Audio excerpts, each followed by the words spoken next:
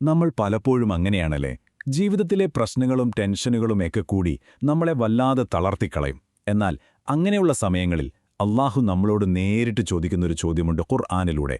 അത് കേൾക്കുമ്പോൾ തന്നെ നമ്മുടെ എല്ലാ ഭാരവും ഇറക്കിവെച്ച പോലെ തോന്നും. അത്രയ്ക്കും ആശ്വാസം തരുന്നൊരു ചോദ്യം. എന്താണെന്ന് നമുക്ക് നോക്കാം. ഇതാണ് ആ ചോദ്യം. സൂറത്തു സുമറിലെ 36-ാമത്തെ ആയത്ത്. തന്റെ ദാസിന് അള്ളാഹു മതിയായവനല്ലേ? ഒന്ന് ആലോചിച്ചു നോക്കൂ. ഇതൊരു വെറും ചോദ്യമല്ല. ഇത് അള്ളാഹു നമ്മുടെ ഓരോരുത്തരുടെയും ഹൃദയത്തിലേക്ക് നേരിട്ട് ചോദിക്കുന്നതാണ്. നമ്മുടെ ഉള്ളിലെ പേടികളോടും ആകുലതകളോടും ആരുണ്ടെനിക്ക് എന്ന തോന്നലിനോടുമൊക്കെയുള്ള അള്ളാഹുവിന്റെ മറുപടിയാണ്.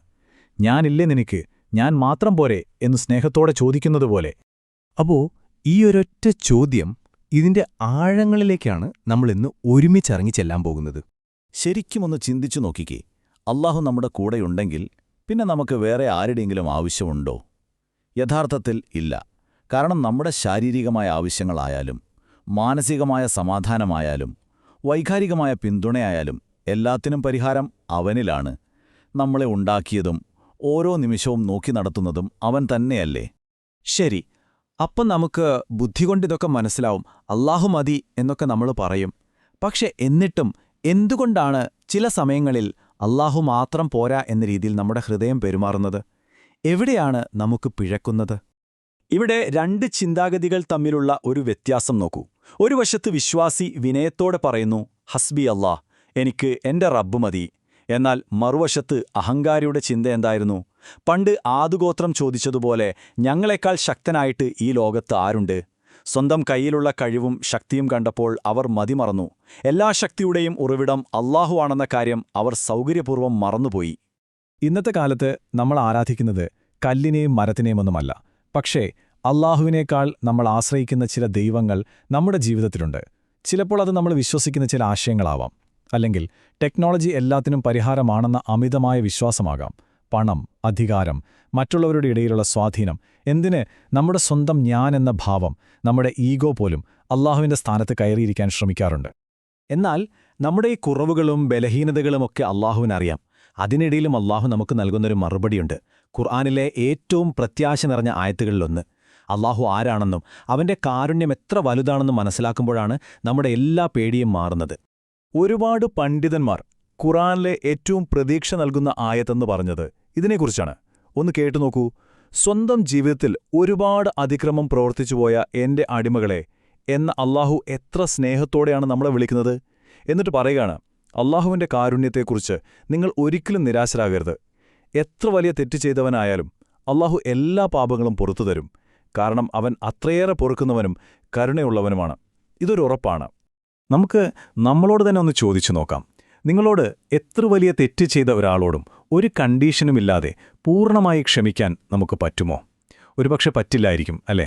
കാരണം നമ്മൾ മനുഷ്യരാണ്. നമ്മുടെ ക്ഷമയ്ക്കും സ്നേഹത്തിനുമൊക്കെ ഒരു പരിധിയുണ്ട്. പക്ഷേ അള്ളാഹുവിന്റെ കാരുണ്യം അതിന് ഒരതിരുമില്ല.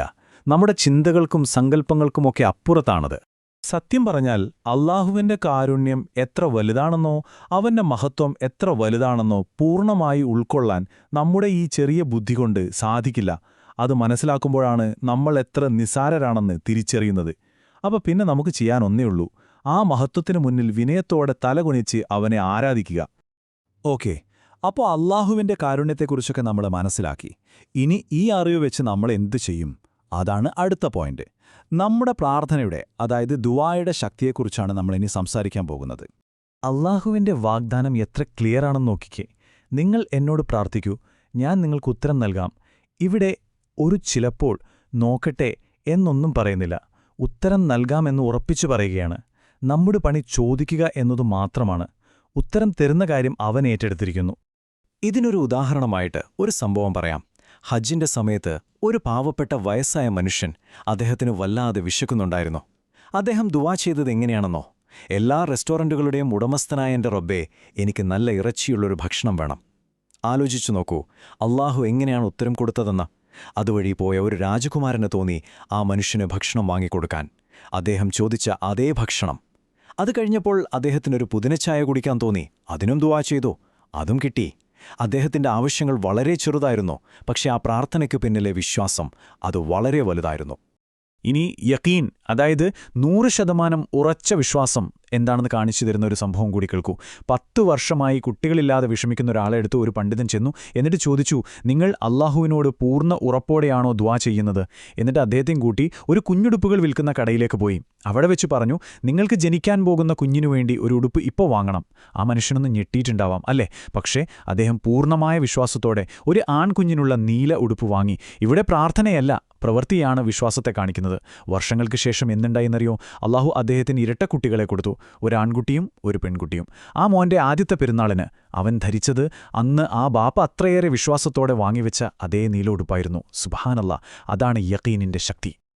അപ്പോൾ ഈ വിശ്വാസവും ഉറപ്പുമൊക്കെ ജീവിതത്തിൽ ഒരു ദിവസമുണ്ടായാൽ പോരല്ലോ. നമ്മുടെ അവസാനത്തെയും ഏറ്റവും പ്രധാനപ്പെട്ടതുമായ പോയിന്റ് അതാണ്. അവസാനം വരെ ഈ വിശ്വാസത്തിൽ എങ്ങനെ ഉറച്ചു നിൽക്കാമെന്നത്.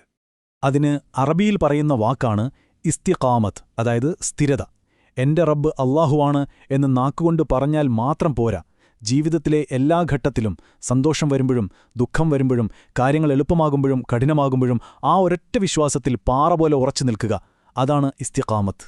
ആരാണോ ഈ ഇസ്തിഖാമത്ത് ജീവിതത്തിൽ കൊണ്ടു നടക്കുന്നത്, അവർക്ക് അല്ലാഹു ഒരു വാഗ്ദാനം നൽകുന്നുണ്ട്. ഒരു മനുഷ്യൻ ഏറ്റവും കൂടുതൽ പേടിക്കുന്ന 3 സമയങ്ങളുണ്ട്. 1 മരണത്തിന്റെ നേരം, 2 ഖബറിൽ നിന്ന് ഉയർത്തെഴുന്നേൽക്കുന്ന ദിവസം, 3 സിറാത്ത് പാലം കടക്കുന്ന സമയം. ഈ 3 ഘട്ടങ്ങളിലും അല്ലാഹുവിന്റെ മലക്കുകൾ അവരുടെ അടുത്തുവരും. എന്നിട്ടവരോട് പറയും, നിങ്ങൾ ഭയപ്പെടുകയോ ദുഃഖിക്കുകയോ വേണ്ട. ചിന്തിച്ചു നോക്കും, അതിലും വലിയൊരു സമാധാനം വേറെ എന്തുണ്ട്?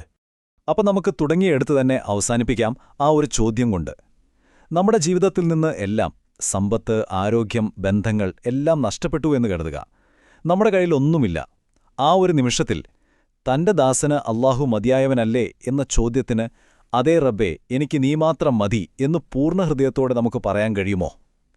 ആ ചോദ്യത്തിനുള്ള നമ്മുടെ ഉത്തരം, അതാണ് നമ്മുടെ ഈമാനിന്റെ യഥാർത്ഥ അളവ്.